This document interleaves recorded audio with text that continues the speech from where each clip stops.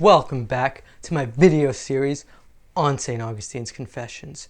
First Western autobiography. Fun fact. This video is on education, St. Augustine's views on what makes for a good education, found in book 1 of the Confessions, and there's some really excellent ideas here.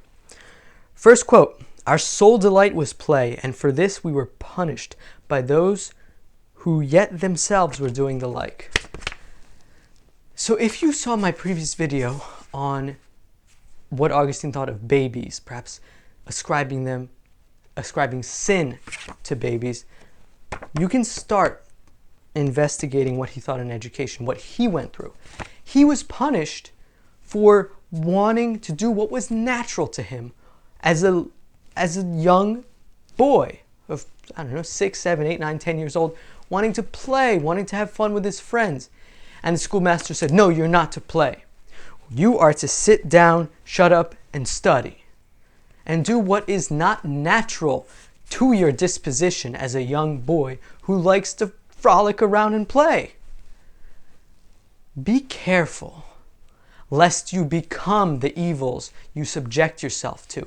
Because then Augustine himself turned around and said, "Baby, you're not being morally right by screaming at people who don't owe you any service in order to feed you. How dare you?" Same thing happened to Augustine. He said, "How dare you play when you should be studying?" So be careful. "In boyhood, I loved not study and hated to be forced to it. Yet I was forced, but I did not well. No one doth well against his will, even though what he doth be well."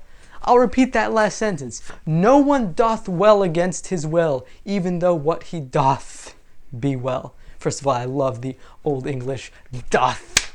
But think about it. If you try to do the right thing at the wrong time in your life, it doesn't turn out well.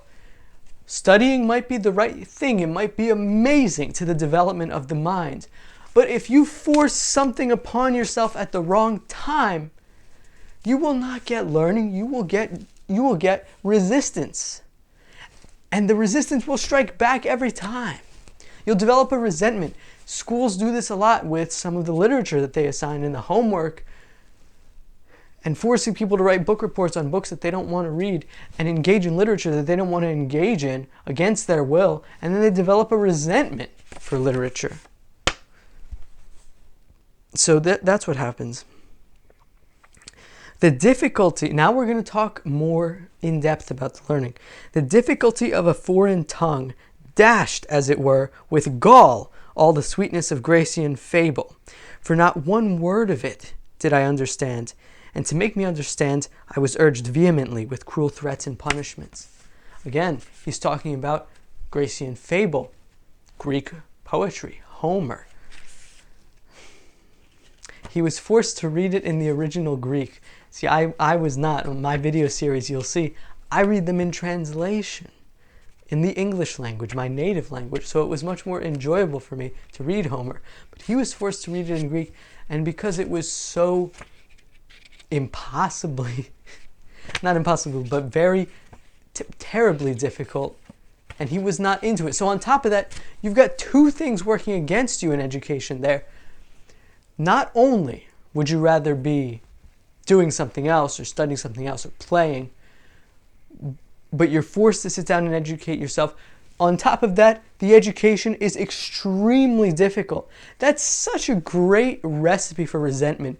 Doing something at the wrong time and making it really, really insanely difficult. You'll either create destruction in 99% of people, or 1% will become angry, strong monsters. That's what you're going to create when you try to force education down people's throats. That's what you do. Again, on this language learning topic, he said, I learned, referring to Latin, I learned without fear of suffering, by mere observation, amid the caresses of my nursery and jests of friends, smiling and sportively encouraging me. This I learned without any pressure of punishment. to urge me on, for my heart urged me to give birth to its conceptions. No doubt then that a free curiosity has more force in our learning these things than a frightful enforcement. He's talking about learning his native language, Latin, how different it was, how he was there in his nursery with his mom, with his nurses, and they were teaching him joyfully, delightfully, without the pressure of added deadlines and all those wretched things that the school system forces upon us, artificial time frames. If you take one thing from this, it's that the right thing at the wrong time becomes the wrong thing.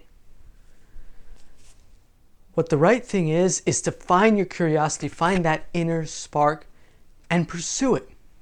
This is what Augustine is talking about. This I agree fully with him on this topic.